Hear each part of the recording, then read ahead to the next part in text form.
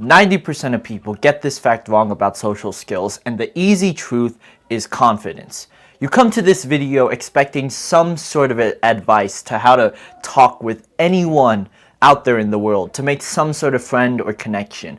And while it is true that's what you want to do, the biggest truth that everyone gets wrong about social skills is the huge improvement of confidence. Whether you're a guy or a girl, the question of how confident you are determines your beliefs of social skills and how you can interact with anyone out there in the world.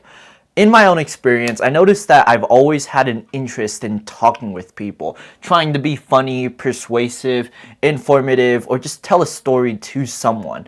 It doesn't matter how it starts, but as soon as the conversation starts to go down and swell because of small talk, everything just goes back to the way it used to be. And I feel a lot less confidence in the way I'm supposed to look at things. But the truth of social skills and how you get better at it isn't by becoming someone else entirely, but it's rather following your own confidence and beliefs. You know that you yourself are a funny person. Either that or a persuasive, informative, to some degree, some sort of entertaining person that can catch anyone's attention. And you want to do that through the use of confidence. How do you do that? Well, I formed a pattern below here that explains the exact metric to follow this confidence order that I say you can easily do through any situation. The truth about having good social skills isn't becoming someone else entirely or making your belief that you'll chase after it. The reason why we think we should get better social skills is because that's just how we believe. We're conditioned that way from our own experiences. So I'm here to explain how to form new experiences by following this confidence metric. Step 1, you follow confidence by changing your belief. You set up each and every day these words of motivation and these positive experiences when talking with people. You may not have that now, but understanding when you've had that helps shape this whole confidence idea to be more confident in whatever skill you're good at. You don't have to be the funniest person in the room, but you're able to hook someone's attention just by telling some sort of story. And then you could add each of these little elements on top of the confidence. It's mostly done for young guys like myself, but for girls it's the same idea. That's step 1, following this confidence metric by changing your beliefs in how you talk and think. Following that step, you move into the present. To interact with someone, it doesn't even have to be small. We're not going to go into the stranger territory yet, but start with a family member or a friend.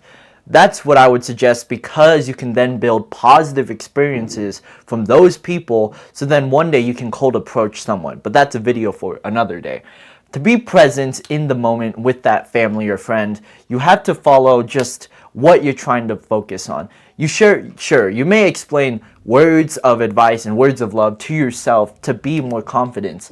But if you're not present, that confidence won't matter. It doesn't matter what you say entirely, it's just being there in the moment to get back that flow. And then the final step is the flow itself. Once you build that system, because it's better to do this with people you're already familiar with than to someone you don't know. Once you build this system of being present to talk about some sort of topic, don't be cheesy and talk about something small that anyone can talk about, but answer with yes and questions rather than just more and more questions on top of that. The more you let this conversation sink, the better you get at social skills. We're here to explain how to get better at it, and it's by starting the conversation, letting them be the one to answer something, using your own confidence in mind, being persuasive, funny, or informative. The best way I would suggest is just say some sort of phrase that you personally find funny. Whatever way they answer with, you can lead on top of that, and then using your own idea, this changed belief of doing something that no one else sees, then you'll get their attention so easily that everything flows together. The big question I want to ask before leaving, however, is, do they matter? In this example, we're here to improve social skills, but there's hundreds of factors that go into it. And one of the most crucial is the idea of people that you personally connect with. They may be family and friends, but understanding how you talk and how to speak through your own bubble makes you question if they're good to talk with as people. Understanding what works with them compared to someone much more closer allows you to distract the negative experiences and from the positive. You're separating those two ideas so that you can build a stronger confidence in yourself. All of this about social skills is based on beliefs, and the more positive experiences you have, the more W's you eventually get outweigh the L's. And by balancing out both of these, the L's and the W's, the more W's you have, you'll be ahead of the 90% of people. They don't want to approach new people this way, and it's one of the best ways to just get started. If you want to look into how this works and how to personally get better at communicating with others, you can check me out in my socials down in the description. But understanding this truth for now, you now learn how to interact with social skills and how to interact with people in general. So follow this step of just starting the conversation easily by hooking them in and changing your own beliefs to be more present.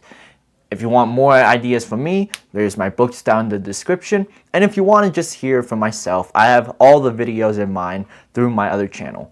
For now, if you enjoyed this, I appreciate you well. And until next time, take care.